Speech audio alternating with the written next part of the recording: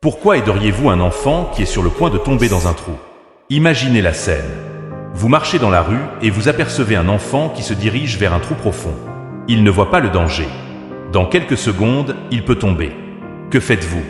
Vous courez pour le sauver. Pourquoi? Personne ne vous paie. Vous ne connaissez pas son nom. Il n'est peut-être pas de votre famille, de votre tribu ou de votre pays. Pourtant, quelque chose en vous vous pousse à agir. Cette force s'appelle la justice intérieure. La justice n'est pas née dans les tribunaux. Avant les lois, les juges et les gouvernements, il existait déjà une voix intérieure qui disait « ceci est juste » et « ceci est injuste ».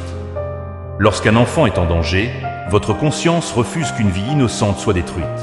Cette réaction révèle que l'être humain possède un sens moral inscrit au plus profond de lui. C'est aussi pourquoi nous sommes indignés devant l'injustice et admirons ceux qui protègent les plus faibles. Nous célébrons, à travers leurs actes, la justice qu'ils incarnent. Mais une question demeure. Si nous savons instinctivement ce qui est juste, pourquoi faisons-nous parfois ce qui est injuste? Parce que la conscience nous montre le chemin, sans nous obliger à l'emprunter. Elle est comme une boussole, elle indique la bonne direction, mais elle ne décide pas à notre place. La Bible explique que cette loi morale est inscrite dans le cœur de l'homme.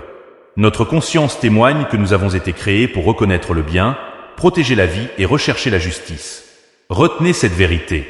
La preuve la plus convaincante que la justice existe ne se trouve pas dans les livres de droit, mais dans la main qui se tend spontanément pour sauver une vie.